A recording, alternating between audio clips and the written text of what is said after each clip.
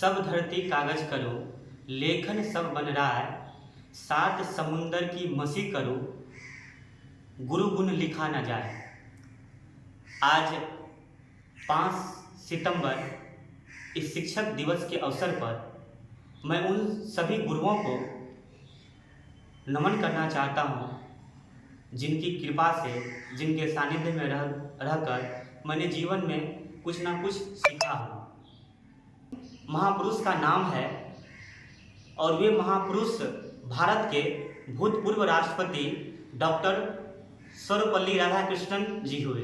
उनका यह मानना था, उनका यह कहना था कि हमारी जन्म जयंती किसी सेलिब्रिटी के भांति नहीं मना करके एक शिक्षक जो वाकई में इस राष्ट्र के निर्माण करता हुए इस राष्ट्र के निर्माता है, उनको ये समर्पित होना चाहिए, उनको ये डेडिकेटेड होना चाहिए, उनके लिए ही होना चाहिए ये जयंती।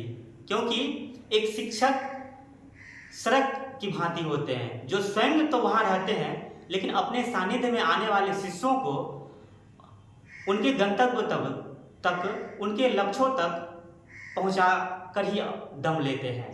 कहा जाता है कि शिक्षक एक कुम्हार की तरह होता है जो स्वयं, जो जैसे देखे होंगे आप लोग, जो कुम्हार जो होता है वो बर्तन बनाते वक्त जो है सो हाथ अपने हथेली को नीचे रखता है और ऊपर से चोट करता है। कुम्हार का यह उद्देश्य ये नहीं होता है कि हम बर्तन को चोट करें। कुम्हार का उद्देश्य यह होता है कि हम किस तरह से उस बर्तन को सुंदर से सुंदर आकृति दे, उस सुंदर से सुंदर उसका शेप दे, ताकि इसका मार्केट में, बाजार में वैल्यू बहुत बड़ा हो, अच्छी खासी कीमत में उस वस्तु की बिक्री हो। ठीक उसी तरह गुरुदेव होते हैं, एक शिक्षक होते हैं, एक टीचर होते हैं जो हमें कभी अपने क्लासरूम में डांटते हैं, फटकारते हैं। तो उनका निर्माण, उनका उद्देश्य यह होता है कि हमें अपने शिष्यों को आगे बढ़ाना है।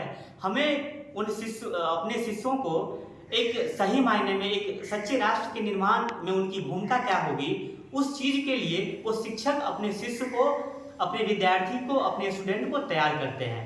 कहा जाता है कि गुरु जो है वो हमें अज्ञानता से ज्ञान की ओर ले जाता है। और जब गुरु और शिष्य परंपरा की बात आती है तो हमें कर्ण और परशुराम की बात याद आती है। जब गुरु और शिष्य की परंपरा की बात आती है तो हमें एकलव्य और द्रोणाचार्य की बात याद आती है। जब गुरु और शिष्य परंपरा की बात होती है तो हमें महर्षि धौम्य और आरुणि की बात याद आती है। किस तरह से कर्ण और परशुराम की जो एक शिष्य और एक गुरु के बीच में संबंध होता है, उसकी एक घटना के साथ मैं आप सबों को अपनी ओर ध्यान आकृष्ट करना कि जब परशुराम थके हुए थे और वे विश्राम करने लगे तो परशुराम ने कर्ण से कहा कि बस मेरी बिछावन की व्यवस्था करो। तो परशुराम ने कहा कि गुरुदेव आप मेरे जंघा पे सो जाइए। और परशुराम जी कर्ण के जंघा पे सो रहे थे। उसी समय एक घटना ये होती है कि एक जहरीली चींटी आती है और कर्ण के जंघा में घुस जाता है और धीरे धीरे इतनी वो जहरीली होती है, इतनी जो है सो विषैली होती है कि जंघा को चीरते चीरते उनका जो है जंघा को फाड़ करके खून का जो है बहाव होने लगता है। लेकिन कर्ण को देखिए, उनकी गुरु भक्ति को देखिए कि गुरु का जो विश्राम में जो है कोई विच्छेद ना हो, अपने गुरु जो विश्राम कर रहे हैं उनको कोई भी डिस्टरबेंस ना हो, उसके लिए वो जो है सो उठते नहीं है, ना ही थोड़ा सा भी हिलते हैं। अंतोगत्वा ये होता है कि जब चींटी उसके जान को छल्ली करते हुए बाहर निकलने लगता है खून, तो परशुराम के कानों में जब खून की बूंद पहुंचती है, उनके कानों को स्पर्श करती है, तो परशुराम का नींद खुल जाता है और वे जाग उठते हैं और पूछते हैं कि कर्ण, वाकई में तुम्हारे जैसा शिष्य का मिलना बहुत मुश्किल है। उसी तरह एकलव्य और द्रोणाचार्य की बात आप सभी जानते हैं कि द्रोणाचार्य के एक शब्द कि तुम मुझे दक्षिणा में अंगूठा दे दो, और एकलव्य तनिक भी देर किए हुए अपने अंगूठा काट के दे देता है। और बात जब हम आरुणि और महर्षि धौम्य की करते हैं तो घटना यह है साथियों कि पहले जो हमारी गुरुकुल परंपरा थी उसमें क्या था कि गुरु जो होते थे उसी के आश्रम में शिष्य रहते थे। खान पान, कृषि कार्य, हर तरह के कार्य वही गुरु आश्रम में रह के की जाती थी। लेकिन समय के साथ साथ ये बदलता गया। तो कहानी इस प्रकार है कि जो महर्षि धौम्य के आश्रम थे वो महर्षि धौम्य खुद परिश्रमी थे और वो चाहते थे कि हमारा शिष्य भी परिश्रम करे, तो वो कृषि कार्य, खेती का कार्य स्वयं करते थे।